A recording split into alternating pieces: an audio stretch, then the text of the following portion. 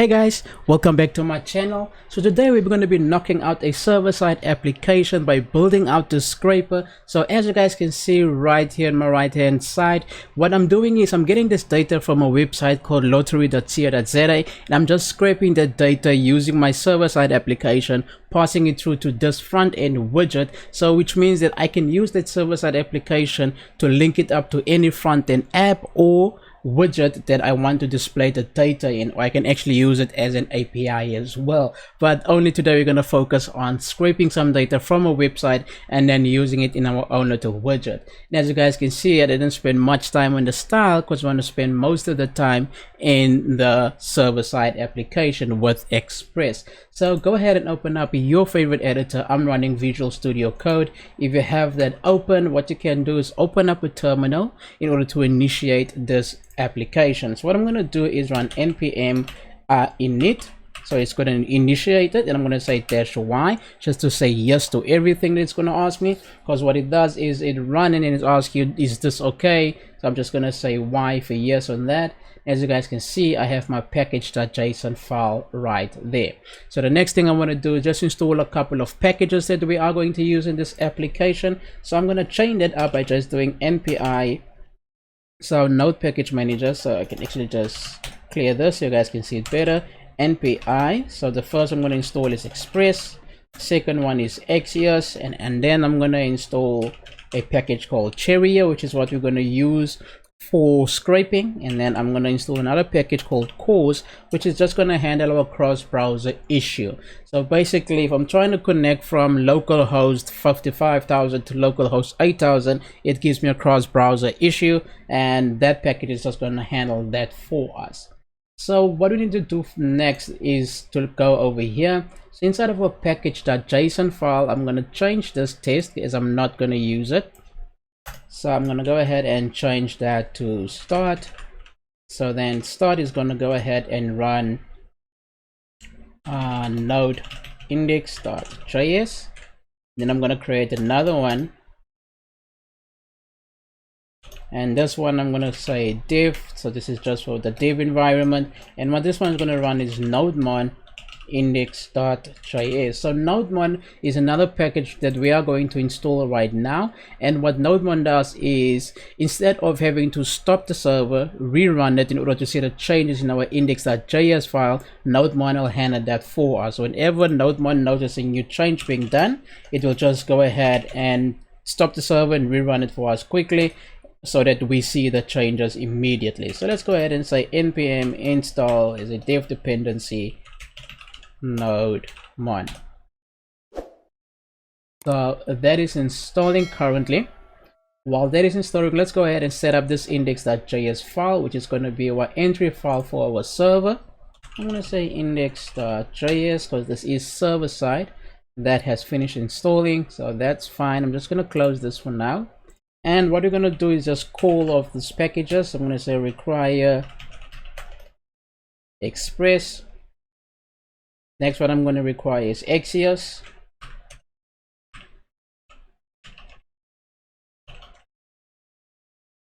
And let's go ahead and require Cheerio. And lastly, let's do our cause for our cross-browser issue, CRS. And then we're going to initialize this app by creating a variable called port, and then our port is going to be equal to process.environment.port. So basically what I'm saying is, if you launch the server online, check if there's a dedicated port being given to it by the server. If not, just run this application on port 8005. So once that is done, I'm going to go ahead and say app is equal to, I'm actually going to say const app is equal to Express. So let's initialize Express so that starts firing. And then what I can do is say app listen. So now we can go ahead and listen on port, on that port over there. And I'm going to just do an arrow function to say that's not what I wanted to type. I wanted to type console.log server running on port, and I'm just going to pass through the port over here. I'm just going to say servers running on port and then the port number. Cool. So now that's initialized. If I go ahead and save this, open up my terminal again right here at the bottom, I'm just going to clear everything out, and I'm going to run npm run div missing script div. So let's go here, let's save it because I did not save that. Let's say override. Cool. Let's try this again. Let's say npm run div, and as you guys can see, it's saying server running on port 8005. So this is working fine. Just close that. So this is working fine, so we won't use it again. This, I don't know why that's there. Let's remove that, we don't need it. Save. So what we want to do is actually create an endpoint that we want to hit on this server. And once you hit that endpoint, you want to go ahead and scrape the data from our lottery website and then return the data back to our front-end application, which is this one over here. So if you quickly have a look at the website in question, which is lottery.co.za. So over here, we're just going to call a couple information. We want the date. We also want that date. We want the numbers of the lotto numbers, and we want the link inside of this button over here. So that's about it, that what we require from this website. So I'm going to go ahead and close that, and let's go ahead and do just that. So I'm going to create a const URL is equal to https:/lottery.co.za. So let's go ahead and create an endpoint we want to hit by using a get. So it's going to be a get request if you're going to use the browser. So it's going to be /, let's just do lotto-results. So if we go to port 8005 and then we do / lotto result, we want to return all that we have in here, right? So we're gonna go ahead and do that. So what we want is to say the request, and we want to pass through the response as well because we are on server side. So let's go ahead and scrape that. So I'm going to go ahead and use Axios, say Axios, and then I'm going to pass through the URL, say then I'm going to get the response arrow function. So that's the response. So basically, if you guys understand what's happening here, this is just a function. Instead of wrapping this like this, because it's actually just one param, you don't need these parentheses over here. So we can just go ahead and do it like this. And then over here, we're going to have all of the data that we want by getting it from the response. And then we're going to just check for an error. So I'm going to say catch for us to catch an error. And what you're going to do is just say console.log. So I'm gonna log out that error, say error found. Wait, I can't seem to spell error found. And I'm gonna do $ curly braces ERR, and then that's gonna give us our error over there to see what seems to be the issue. So what we're gonna do is I'm gonna create a variable called const HTML, and I'm gonna show you guys in a minute why this is called HTML. So I'm gonna say response.data. So let's quickly have a look at this. So over here, I'm just gonna say res.send, and you're gonna send back this HTML. So let's save it, and then in here, let's go to that port. So I'm gonna say 12.7. I'm gonna say on port 8005 / lotto dash results, hit enter, and as you guys can see over here, it is returning to me all of that HTML. Just the raw HTML is being returned to me. So obviously I'm not going to use the entire HTML file. I just want to nit and pick what I want to use in my application. So if I go ahead and do, instead of doing raw send, let's just do a console.log of HTML. So you guys can just see it. I'm gonna hit this endpoint again. I'm gonna increase this. There, you guys can see basically it returns me the entire HTML of that website, or of that page, basically that lottery.co.za page. So what we want to do is just get a couple of information out of this raw HTML using Cheerio. And how we're going to do that, I'm just going to close that. Let's go back to this lottery website. I'm going to open this up, and we're going to do some inspect element. So over here, we guys can see, if I inspect element this, we have a class called box result date. So that's what we can use to target the span or to get that information.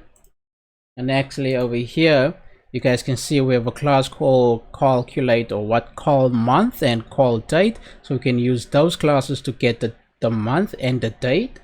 And same goes over here. If we look at this, you guys can see that we have over here result count, and we have 1 2 3 4 5 divs with the class daily lotto ball. So we can use that class to get the number of the lottery of that ball, of that draw.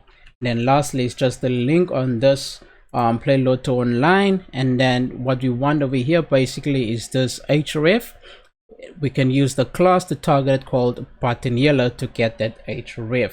So that's what you're going to be doing in our scraper using the Cheerio package. So let's go ahead and just close this, and let's do that right now. So what I'm going to do with const HTML is just start to use the Cheerio. So I'm going to say const $, because that's what Cheerio use, is equal to Cheerio, and I'm going to pass through that HTML. So now Cheerio have access to this entire HTML. So I'm gonna say load this HTML. Cool. So Cheerio, load this entire HTML, save it into this $sign over here. So now if you guys come from a jQuery background, you're gonna better understand why the $sign, right? But first, what I want to do is I just want to create an array for my winning numbers, because that's actually more than one. So I'm going to create an array for my winning numbers, and then I'm going to go ahead and start targeting those elements using those classes I just mentioned. So for my winning numbers, as you guys remember, there were 5 of them. So I can go ahead and say in that HTML, search for me for this class called lotto, daily lotto ball, and then inside of this HTML, and then what you're going to do is run a for each for me. So for each of these, run this function, and then what I'm going to do is just push those numbers to my array. So I can go ahead and say push, and what I'm going to push is to say $sign that this, so the current one dot text, so it's text. That's basically what I'm saying. I'm saying loop through everyone that you loop through every div or span that has this class inside of this HTML, and then just push it into this array that I've created here on top. So I'm saying the current one, like this one right now, get its text and then push that into the array. That's basically what's happening right over here. And then what I'm going to do is I'm going to create an object, and that is the object that I'm going to send back to my front end widget over here, front end application. So my object is just going to be called lotto underscore results, which is a normal object. So what I'm going to do is call draw date. And as you guys remember, we had a class called box results date, and that's what I'm going to use. So I'm going to say $sign get the class box results date, and what I want is its text, the same as we have right over here. Okay, what I want is its text. But as you guys also notice, if we just go back to that site again, I have no idea why I'm not just keeping this tab open, but I think I like just typing lottery.co.za. What I quickly want to show you guys over here with this date is that in this div over here, we have the span, and this is the span that we want because it's giving us the date. But we have that space dash space over there that we don't want, and I'm going to remove that using the replace inbuilt function. So let's go ahead and do that. So over here by text, I'm just going to scroll up. I'm going to say dot replace, and what am I replacing is the space dash space, and I'm replacing with empty space. That's basically it. And then my second entry in my object is going to be draw results which is just going to be my array. And then lastly, what I'm going to do is a link, and the link, I'm going to do the same thing to get that link by using its class, and its class was called button yellow. So let's not forget to target the class button yellow. But the difference with the link is I don't want the link text, whatever between the text, I want its attribute, because I want the link where it actually links to. So I can go ahead and say attribute, and the type of attribute that I want, it's not an ID, it's not a class, it's actually just the href attribute. And now that I have that object, what I can do is just send that object back to whatever application is calling this in JSON format, and that I can do by just doing res.json. And then what I'm going to do is say load to results, just pass that through, and that should work. Let's quickly save this, and let's see if we hit this entry point again. I'm going to 1200, which is localhost actually, 8005 / just want to make sure, what did I call it, loto dash results, hit enter, and as you guys can see, there we have our JSON object stringified, and we have that data. Now we can go ahead in our front end application, use this data to display it, to display this widget. So one more thing that I just need to do over here is to go ahead and just open up my sidebar. I'm gonna go ahead and say create a new folder, and this folder is gonna call front end. So this is like your front end website, or let's just call it a widget, right? Because we are building a widget, if I can put it that way. Inside of my widget, I'm going to create a file called index.html, and I'm going to create another file called scraper.js. So inside of my index.html, what I'm going to do, just copy my HTML offline quickly for you guys. But I don't want to go ahead and retype all of this. This is more focused on server side, and then the application itself, than the widget. So basically, as you guys can see, in my body I just have the single div tag with an ID of app. I'm calling my scraper.js file, which is that file over there, and then over here is just some CSS styling that I'm using to vaguely style this application. As you guys can see, just display flex, align item center, justify the width, the height, just to send through it over there. I have an arrow class, I have a widget class, I have a h2 class, the full date, etc. You guys can go ahead, in my description there's a link to my GitHub repo for this. You guys can go ahead and download this if you want to go through the CSS to see how this came out so ugly. I highly suggest you guys go ahead and tune it up, change it up, make it look beautiful, and sell it. No people are willing to pay for this type of stuff. So yeah, that's my index. So I'm just gonna save that. I'm gonna go ahead to my scraper.js, and let's go ahead and link this by calling that app ID. So I'm going to say const widget is equal to document dot query selector, and I'm just going to select my app, and I'm going to create a function. So I'm going to say const results.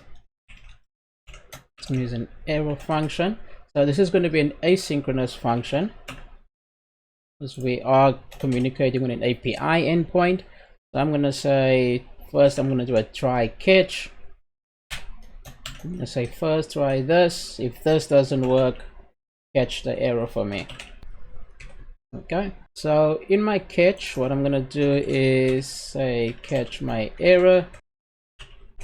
So if we get an error, what I want to do is actually show the user that we were unable to get the data that they were looking for by just displaying a little error notification. Always a good thing to give feedback to your user so they know exactly as to what's happening with your application. So I'm going to say div class, close the div, close this div out so that I don't have any missing div tags. And the class I'm going to add is called widget, and another class called error. And inside of this div, I'm going to have an h2. Close that h2. And inside of my h2, I'm going to have a message say something went wrong. And then just below that, I'm going to have an h4, which is just going to be the description as to what went wrong. So we're going to say could not connect to the scraper API. So I'm just going to leave it on that. We're not connected to the scraper API, so that's going to be my error message. If we don't have an error, let's go ahead and show a much better widget. So I'm going to say const response from, I'm just going to do a fetch, and my fetch is going to be on HTTP, which is localhost. HTTP inside of the strings HTTP // localhost, or if you want to be fancy, you can do 127.0.0.1, and on port 8005 / let's just see, copy this / load to results. Just want to make sure / load to results. Okay, just gonna hit Control B to close my sidebar there. And I'm gonna say const data is equal to await res.json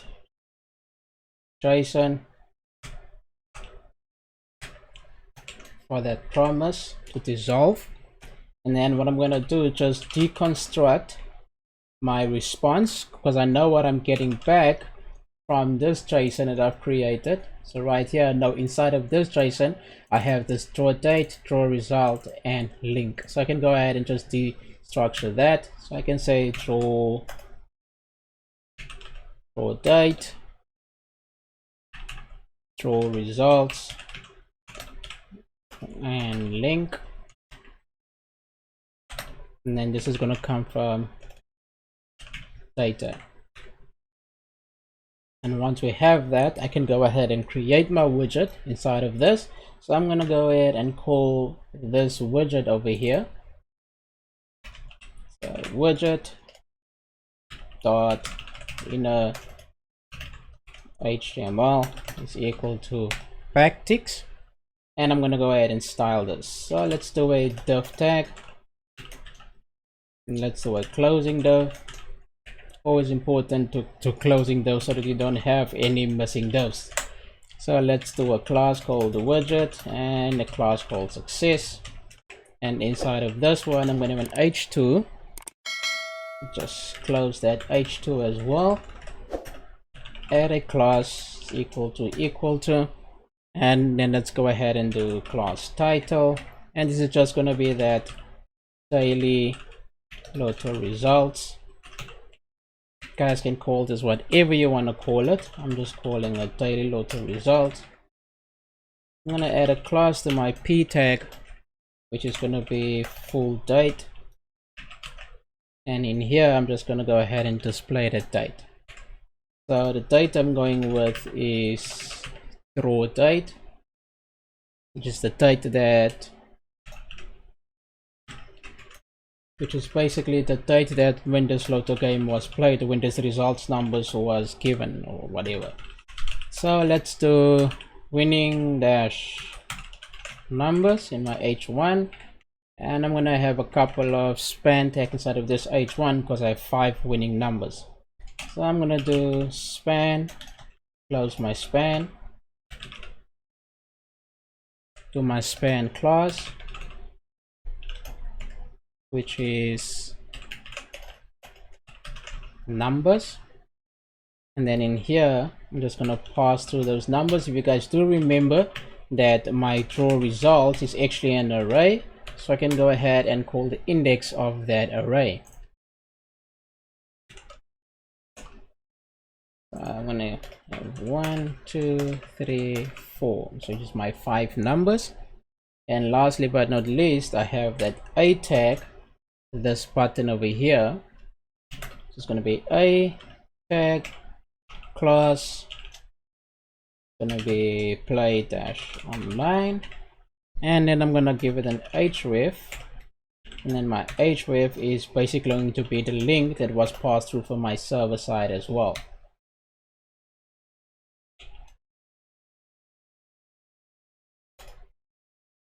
So this is supposed to be quotation mark, and then this one is just going to be link. And I'm going to go ahead and close that, close my a tag, and just give a play lotto online. So that's about it. So if I save this and I'm gonna run this locally, so what I can do is hit B to open up my sidebar, and then I go onto my index.html, right click, say open with live server, which is just a package that I installed with Visual Studio Code. If I do that, it's going to put up a port for me, and it kind of takes a while as it's trying to communicate. And let's see. Okay, so it won't work because what I'm not doing is just close this. I need to call this function. So I need to go ahead and call this function because it's not a self-calling function. So let's go ahead and do that. .js, save that, go here, let's refresh this.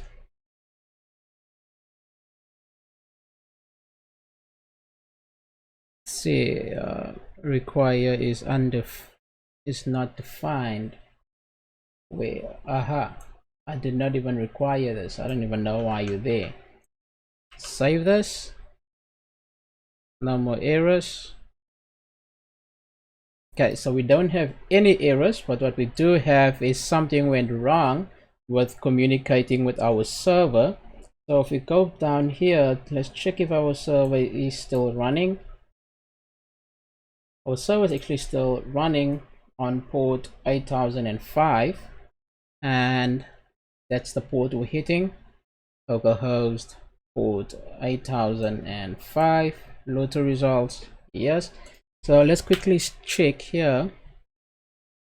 Aha, so as you guys can see, remember that one package we installed, our CORS package. So as you guys can see, it says fetch to, and then it tells us the port from origin, which is a different one from that one, has been blocked by the course policy. No access control allow origin. So we need to go set that up so that our server application actually allows our front-end application to communicate with it.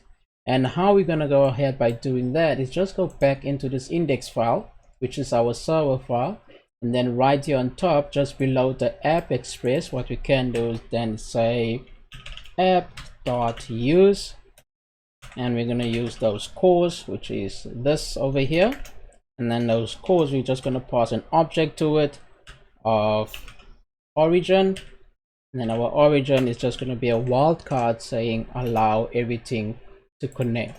So basically saying don't be strict on who can connect to this server application, just allow anyone to connect, doesn't matter the URL they come from. So let's save that. Now that is saved, we should be able to get the data. We're still getting an error. Let's check our error. Yeah, I think I misspelled it here. There we go. So that's supposed to be draw results. So this is the one causing the issue. We save this. And as you guys can see, our application is running. So in this half an hour or so, we quickly built out a scraper application using Express, Cheerio, Axios, and also the course package in order to scrape some data from a web page, bundle that data up as a JSON, send it back to our front-end application or front-end widget, and display to the user. Because we know that Express is not DOM or user interface friendly, it's more server-side. But getting that data and displaying it to the user, we needed to build a second application or a widget just to show that our scraper was working 100%. If you guys really enjoyed this video, I know you have enjoyed it if you watched till here, I ask you to go ahead and smash the like button, hit the subscribe button so you get notified every time I publish a new video and you don't miss out on this type of videos. Please do like these videos, guys, so that the YouTube algorithm can go ahead and recommend it to someone else like you who's currently aspiring to be a best developer that they can be. So until next time, guys, I urge you all to stay safe